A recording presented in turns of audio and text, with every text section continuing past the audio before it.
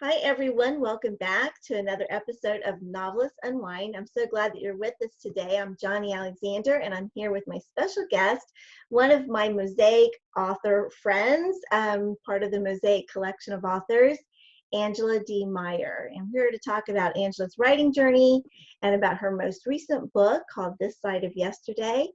Angela, first let's talk about the book, and I know you have a copy of it, so let's show that. It's just the cover's so beautiful. Yeah. There we go. Yeah, This Side of Yesterday, part of the newest book in the MOSAIC collection. Um, Tell us about that book first, and then we'll kind of go back and talk about your writing journey and how you got to where you are today. But tell us about why these characters and why are they in these circumstances.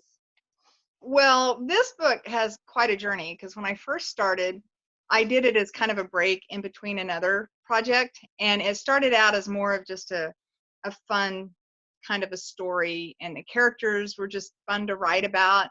It was originally going to be about three ladies who have a book club, but really ends up being more of a detective ladies than a book club. And and they were just fun. They were a hoot. They were actually going to be older than they are in this story. Mm-hmm. And then I kind of set it aside. And then when I was invited to join MOSAIC, I thought, well, I could just pull this story out. And it just started morphing into a more serious story. And thanks to my daughter, who is a brainstorming partner of mine, like, oh, this has to happen and that has to happen. And it worked. So I included some of the elements she did, including making the women younger. Mm-hmm. And then there's a romantic interest, which it's not one of those quick formulaic romance. So it's just a beautiful one of those it takes time to develop and simmer kind of romances. And then of course Ginger's grandfather with dementia. That is just, I wanted Ginger to be, pulled. She's kind of that sandwich generation. Yeah. But instead of young kids, she's got her cafe she's keeping running, which is their only means of support. And then her grandfather starts showing signs of dementia. So she's pulled both ways, and just how she learns to trust God more. And so all the characters in there were just really fun to write about, and I think added, depth to the whole story. So Yeah, they are fun. They're fun to read about too. And Ginger, she is she about 40, so it's not like mid 40, young mid 40s. Yeah. I tried to keep it a little vague. Yeah, that's what I was thinking. So yeah, there she is with her grandfather and a business to run and all that responsibility and this hint of a little romance, that's kind of going on in the background, and not knowing what to do about that. Yeah. What else do you want to tell us about the story? Well, I can tell you that Betsy was one of the funnest ones to write about. She's quite a character. I have to be honest, sometimes I wish I were a little bit more like Betsy and say what I want to say, because I tend to, it's good to watch your tongue, but sometimes you just need to be bold and say what needs to be said. And so there's a part of me that would like to be a little bit more like Betsy. And so bless her heart, she stumbles on herself sometimes, but she has such a huge heart. She does. So I really enjoyed writing her. And then Mike, I don't want to tell you too much, but I had a couple of my readers say that they thought that he was the kind of guy they wanted to marry someday. Oh, that's nice. Yeah, the qualities he has and everything. And so I thought, well, that was kind of cool.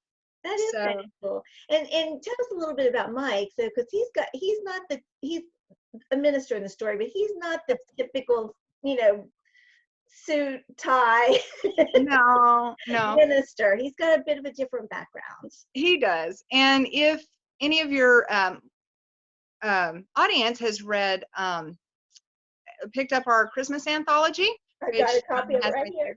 Hope is Born. My short story, The Jukebox Cafe, in there introduces you to this world, and that story is actually in the viewpoint of Mike, so you get to know him a little better. And he is actually a former Marine, And I don't want to give away too many details, but he didn't become a Christian until well into his Marine career. So he's got a pretty rough background, and he owns up to that. Yeah. And God's really done a work in him. And so he's learned later in life to follow Christ. And so I really think that's a cool element to bring into the story. I do too. I think it's neat that he's not a typical minister, and he has a little bit of a history, and we kind of learn a little bit about that, just a little bit in the story. And also, just for a plug for Hope is Born, of course, this is a Christmas anthology. You don't have to wait till Christmas to get it, though. The Jukebox Cafe, where Angela says that she introduces Mike and Ginger and the grandfather, who's a very important character in the story. And I just loved the way Mike and Ginger's grandfather end up working together in the Jukebox Cafe. Again, not wanting to give too many spoilers, but they are sort of at, busting heads, I guess. And at least the grandfather is, because he thinks things should be a certain way. And then just to see, just to see that change, that arc, it's an excellent Christmas story. It truly is a fun one. One other thing, though, that really intrigued me about this side of yesterday was bringing in the World War II element and the Japanese internment. So what made you decide to have that kind of history as part of your story? Well, when I first started, again, way back at the very beginning, the seed of this story was actually more of a short story, and it was going to be more simplistic. And but as I developed this story, and it just felt like it was a little bit more serious, I was like, why would, because, not to, okay, try not to give too many spoilers.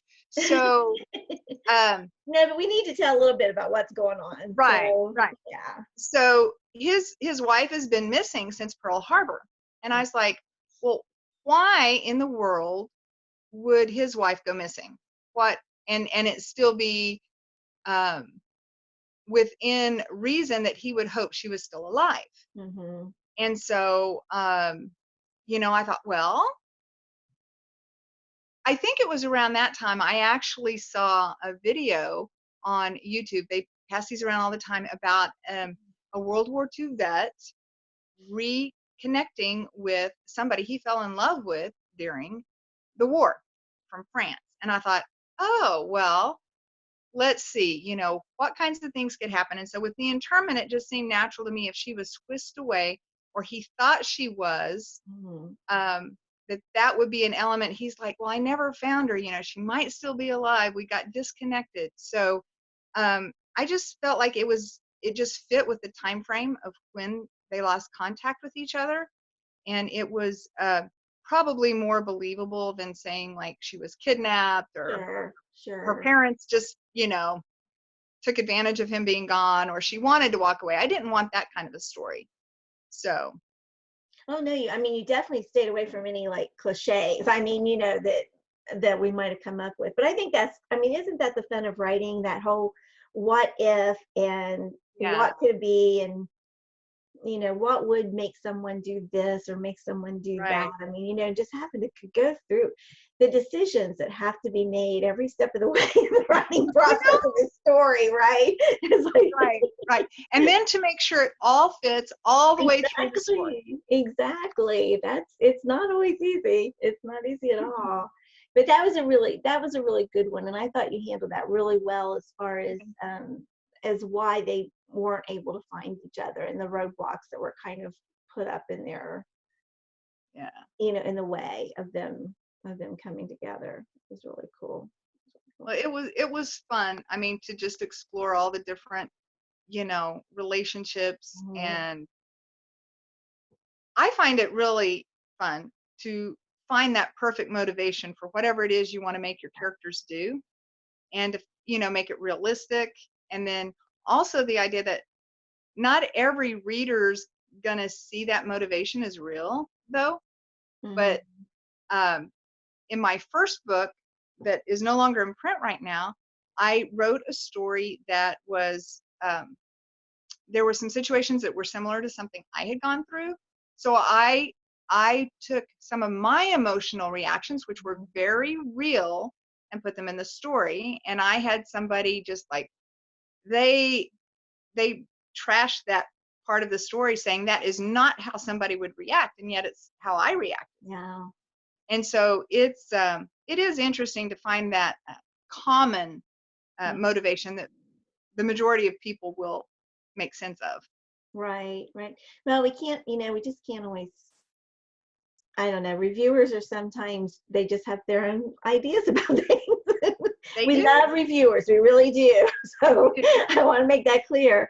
But We do. it is disheartening sometimes when somebody comes out with something like that, when it's like, well, no, that really, truly was something Right. that, Yeah. yeah. I mean, I wrote a historical once with a little speech in it, and someone said there's no way that could have happened. Well, it's documented that is exactly what the historical Right. person said. So yeah, it is. We may not like it today, but it is what was said. So it's just the way it is. Yeah. So when did you start writing? What's been your writing art? Well, I first started writing when I was in junior high, journals, poetry.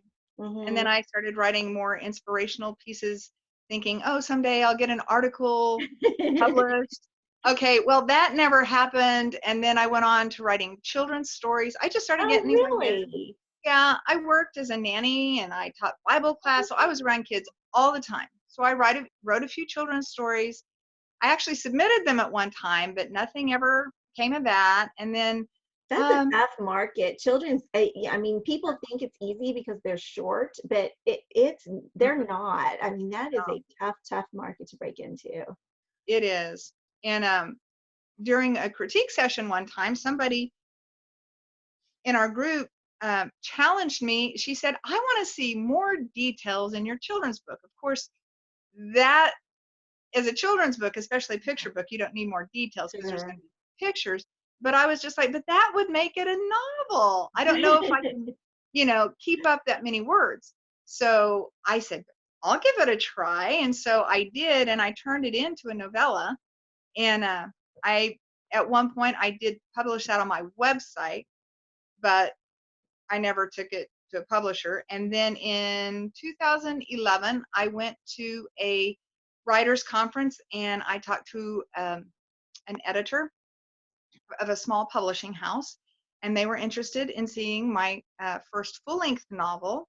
And then they published that. That came out in 2013, and they published the second one in 2016. And then trying to remember my years. I know, they go by so quickly. They do. And then in 2018, I submitted the third one. At that point, they decided to revert the rights back to me, and I do plan to re-release those. So that's going to be exciting. And I was actually rather pleased that I could be able to do that. So I look forward to doing that. And then I was invited to join the MOSAIC group, and here I am. Yeah, I love that. Yeah, I mean, if you've been watching, anyone who's been watching the Novelists Unwind interview for a while know that the MOSAIC collection is a group of international authors. We now have authors not only from Canada, which first made us international, and I think 3 of our authors are from Canada. But we also have one from South Africa now too. So we're just really excited to be able to, just bring lots of different stories to our readers. It's a great thing. It is. It's exciting, and it's really great to be in the middle of a group of authors who we encourage each other, and also we hold each other to our deadlines. Yes. Yeah, I'm on deadline right now.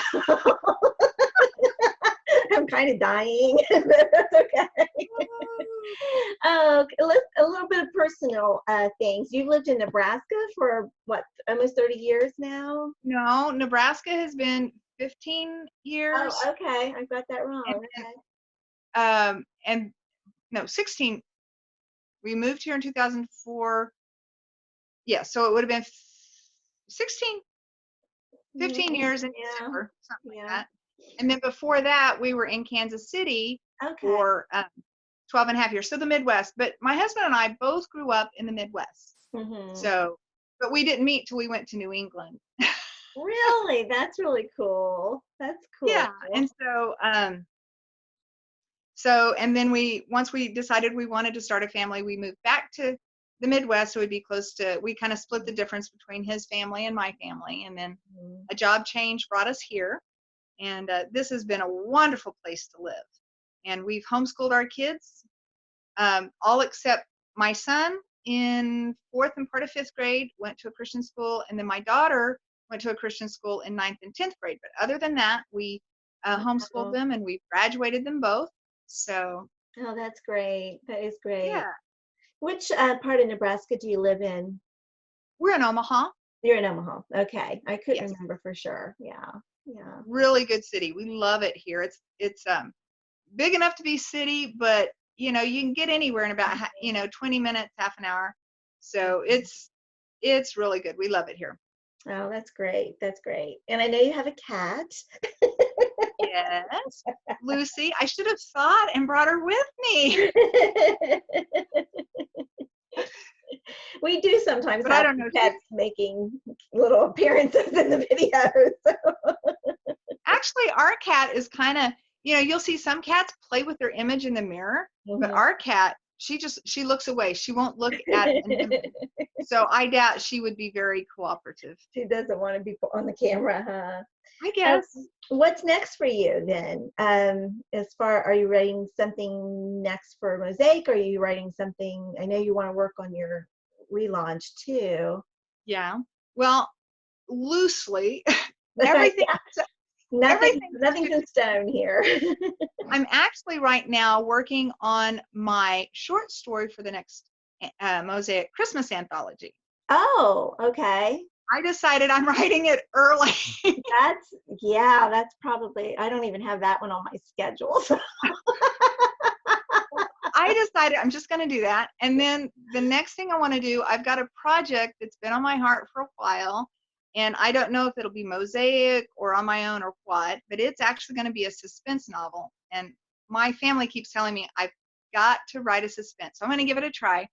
And depending on how it goes, we'll see what I do with it. But it's kind of a fun thing I've been wanting to do. And then I'm hoping next year to re-release those 3 books that I originally wrote. They're the Applewood Hill series. So I'm hoping that I'll be doing that next year. And then at that point, I'll be doing another MOSAIC full-length novel. So are they historical? So your Applewood Hill series, is that a historical collection? No, they're a contemporary women's fiction. And they're kind of more of a serious. Would you like to hear a little bit about it? Sure. We've got a couple minutes. Go ahead. I mean, just real briefly, it's the 3 books cover the stories of 5 siblings. They had a fairly rough upbringing, and they all responded differently to their upbringing. And so it's kind of a working out and a redemption story of their lives. Oh, cool. That's cool. Yeah. All right. Well, listen, the one thing I always ask everybody before I let them go is when you're all done with the novel, you type your little fingers to the bones, you reach the end, what do you do to unwind? Read a book. Yeah, that's a popular answer, actually. Reading a book or binge watching TV. I'm actually on a kind of a year sabbatical from watching TV on my own. Oh, really? I'm only watching with my family because I tend to lose myself and watch too much.